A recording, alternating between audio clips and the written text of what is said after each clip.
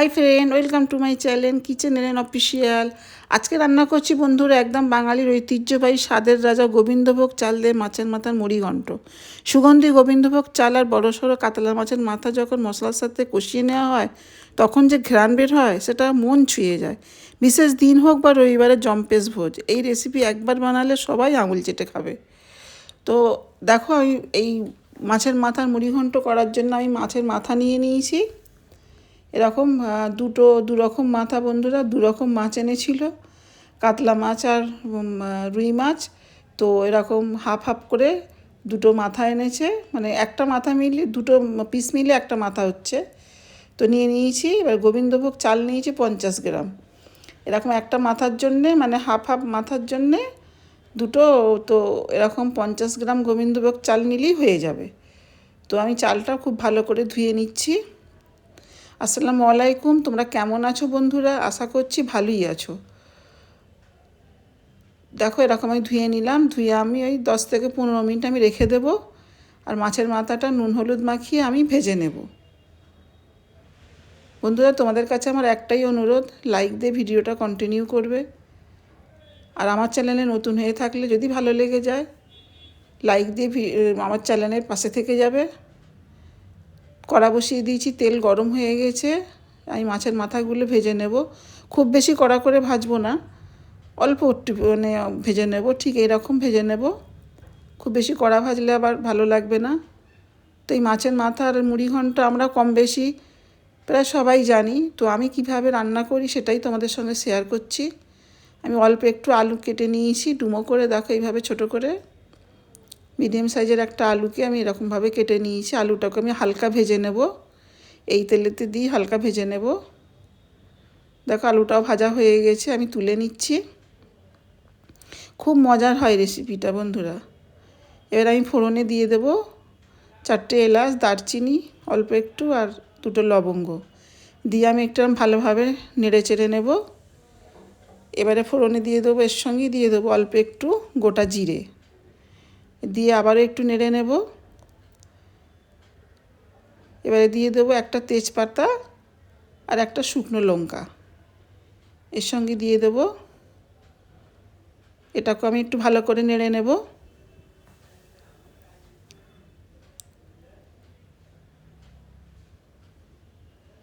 এবারে নিয়েছি পেঁয়াজ বাটা, মিডিয়াম সাইজের একটা পেঁয়াজকে আমি বেটে নিয়েছি। তো ওই বাটা পেঁয়াজটা আমি দিয়ে একটু হালকা আমি নেড়ে চেড়ে নেব, খুব হালকা। দেখো, এবারে দিয়ে দেবো কেটে রাখা টমেটো।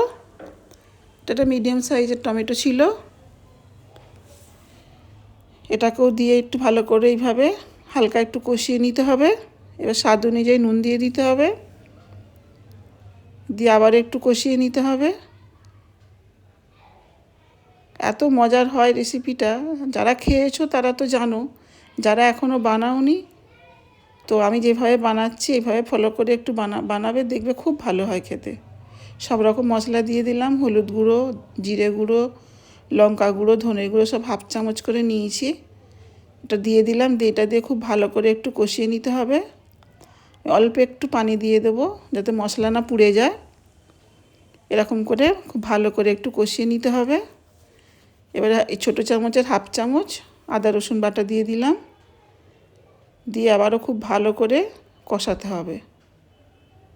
এরকম কষিয়ে কষিয়ে রান্নাটা করতে হবে। দেখো, কষিয়ে নিয়েছি, তেল ছেড়ে দিয়েছে। এবারে ভেজে রাখা আলুটা দিয়ে দিলাম।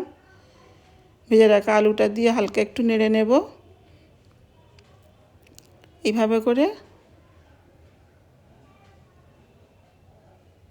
এবারে দিয়ে দেবো ধুয়ে রাখা চালটা। চাল দিয়ে এই আলু আর এই মশলার সঙ্গে চালটা খুব ভালো করে একটু কষিয়ে নিতে হবে এইভাবে করে। খুব কম সময়ের মধ্যে খুব তাড়াতাড়ি বানিয়ে নেওয়া যায়, খেতেও খুব মজার হয়। এবারে দিয়ে দেবো মাছের মাথা। মাছের মাথাটা দিয়ে একটু ভেঙে ভেঙে দিতে হবে খুন্তির সাহায্যে। দেখো, মানে যতটা সম্ভব, মানে যতটা হয় ভেঙে দেবে, এইভাবে করে একটু ভেঙে নিতে হবে। আমি ভেঙে নিচ্ছি, দেখো এইভাবে করে ভেঙে নিয়ে আর এই মশলার সঙ্গে চালের সঙ্গে মাছের মাথাটাও খুব ভালো করে একটু কষিয়ে নিতে হবে। দেখো খুব ভালো করে কষানো হয়ে গেছে। আর যতটা হয়েছে আমি খুন্তির সাহায্যে ভেঙে ভেঙে দিয়েছি, এরকম ভেঙে ভেঙেই দিতে হবে। এইভাবে করে এবারে দিয়ে দেবো আমি পরিমাণ মতো পানি, মানে চাল আলু এইগুলো সব ভালোভাবে সেদ্ধ হওয়ার মতো এরকম অনুযায়ী পানি দিয়ে দিতে হবে। দিয়ে ঢাকা দিয়ে একটু হতে দিতে হবে, মাঝে মাঝে একটু নেড়ে দিতে হবে যাতে নিচে না লেগে যায়। এইভাবে করে নেড়ে নেড়ে এটাকে হওয়াতে দিতে হবে। দেখো সব কিছু ভালোভাবে সেদ্ধ হয়ে গেছে। এবার আমি দিয়ে দিলাম 1 চামচ চিনি। চিনিটা দিয়ে একটু নেড়ে নিতে হবে। এবারে দিয়ে দেবো আমি 2 চামচ মতো ঘি। দেখো 2 চামচ ঘি দিয়ে দিচ্ছি। এটা দিয়ে ঘিটা দিয়ে আর একটু অল্প একটু মানে হইয়ে নিতে হবে। একটু নেড়ে চেড়ে নেব। দেখো যারা এখনও বানাওনি বন্ধুরা এইভাবে একবার ট্রাই করতে পারো, খুব ভালো হয় খেতে, খুব মজার হয়। দেখো এইভাবে তৈরি হয়ে গেল, তৈরি হয়ে গেছে খুবই মজার দুর্দান্ত স্বাদের মাছের মাথার গোবিন্দভোগ চাল দিয়ে মুড়ি ঘন্ট। কেমন লাগলো বন্ধুরা তোমাদের রেসিপিটা কমেন্টে জানাবে। যদি খুব ভালো লেগে যায় সাবস্ক্রাইব করে পাশে থেকে যাবে। নতুন নতুন রান্নার রেসিপি দেখতে চাইলে শিখতে চাইলে কিচেনের অফিসিয়ালের পাশে থেকো, সঙ্গে থেকো। আবারও দেখা হবে অন্য কোনো ভিডিওতে অন্য কোনো নতুন রেসিপি নিয়ে। ততদিন তোমরা ভালো থেকো, সুস্থ থেকো। এতক্ষণ আমার সঙ্গে থাকার জন্য অনেক ধন্যবাদ।